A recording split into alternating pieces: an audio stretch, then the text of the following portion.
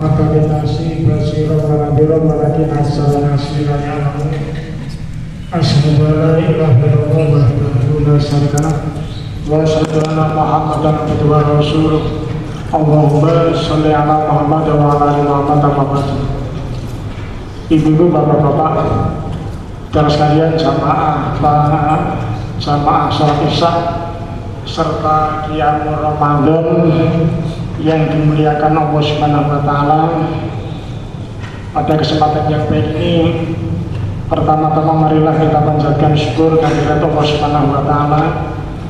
Kita sehat walafiat, dikuatkan iman kita sehingga kita digerakkan untuk menuju masjid ini menunaikan perintah Allah Subhanahu wa taala, salat berjamaah, dan diteruskan dengan qiyamul Ramadan.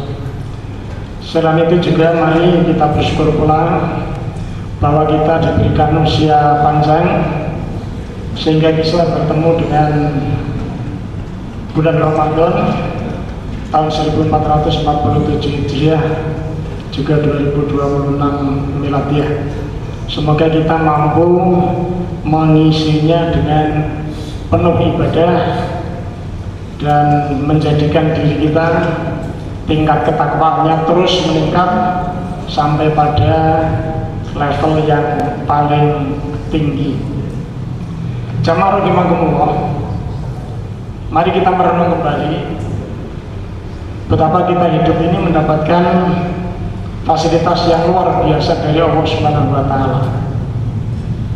Kita belum lahir sudah mendapatkan jasad dan roh. Kemudian kita dilahirkan dilengkapi pula dengan panca indera. Juga kita diberikan akal, diberikan insting dan nafsu. Kita juga diberikan, diturunkan kepada kita Rasul dan membawa kitab Al-Quran.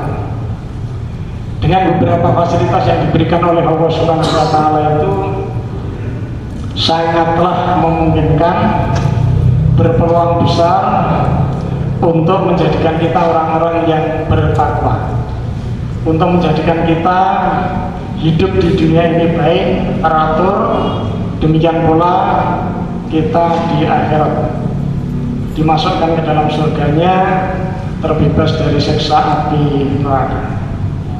Jemaah rahimakumullah, salah satu di antara sekian banyak yang tadi saya sebutkan, kita diberikan nafsu, selain juga diiringi dengan akal. Nah, malam hari ini kami mendapatkan judul untuk menyampaikan sedikit tentang nafsu dan jenis-jenisnya dengan waktu yang sangat singkat, hanya 7 menit ini. Jemaah rahimakumullah, secara sederhana, secara bahasa, secara leksikal, bahwa nafsu bisa dimaknai sebagai roh, sebagai jiwa, sebagai keinginan, sebagai kehendak. Nah, nafsu itu oleh Allah Subhanahu wa taala kita diberikan pengingat betapa ada di antaranya yang mengantarkan kita, mendorong kita, menjerumuskan kita kepada sesuatu yang sesuatu yang jahat, sesuatu yang mengarahkan kepada perbuatan dosa. Tetapi juga nafsu itu ada yang mengantarkan kita kepada sesuatu yang sifatnya mengantarkan kita kepada beramal soleh. Maka dari itu, mari kita berusaha semaksimal mungkin untuk membawa diri kita, membawa kehidupan kita ini menuju kehidupan yang bisa mengantarkan kita memiliki amal soleh yang sebanyak-banyaknya, yang menjadi bekal untuk kehidupan kita yang lebih baik di akhirat nanti. Jemaah rahimakumullah, Rasulullah SAW juga mengingatkan kita akan hal itu. Kalau kita baca di dalam sebuah ayat, yaitu tepatnya di surat Yusuf ayat yang ke-53, A'udzubillahi minasyaitonirrajim. Bismillahirrahmanirrahim. Wa ma bari'u nafsi innan nafsa la'amaratum bisu illa ma rahima rabbi inna rabbi la ghafurur rahim. Yang artinya aku tidak membebaskan diriku dari kesalahan, karena sesungguhnya jiwa itu benar-benar menyuruh kepada kejahatan, kecuali jiwa yang diberi rahmat oleh Rabbku. Sungguh Rabbku maha pengampun lagi maha penyayang.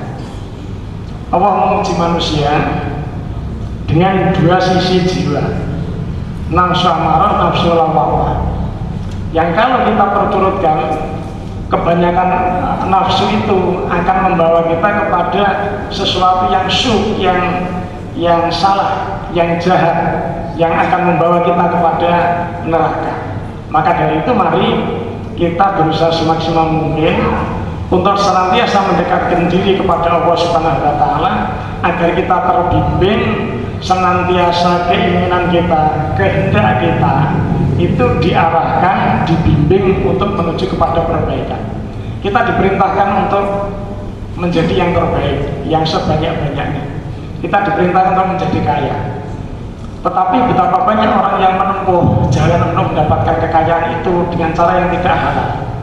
Kita diperintahkan untuk berdagang, dibolehkan memilih hidup berdagang. Tetapi di sana juga diberikan suatu garis-garis agar kita tidak melanggar larangan berupa mengurangi takaran, memalsukan dan lain sebagainya. Demikian pula perbuatan atau tindakan-tindakan yang lain harus kita upayakan senantiasa berada di dalam bimbingan dan ajaran Allah Subhanahu wa Ta'ala serta Rasulullah Shallallahu Alaihi Wasallam. Demikian pula Rasulullah Shallallahu Alaihi Wasallam mengingatkan bahwa nafsu itu akan terarahkan kepada perbuatan dan ajakan tindakan-tindakan yang baik manakala itu mengikuti apa yang diperintahkan oleh Rasulullah Shallallahu Alaihi Wasallam. Demikianlah ibu dan bapak sekalian, waktu 7 menit untuk bagian pertama dari nafsu dan jenis-jenisnya. Selanjutnya akan kami teruskan pada pertemuan yang kedua yang akan datang. Mohon maaf bila ada yang kurang berkenan, kami akhiri. Wabillahi taufiq wal hidayah. Wassalamualaikum warahmatullahi wabarakatuh.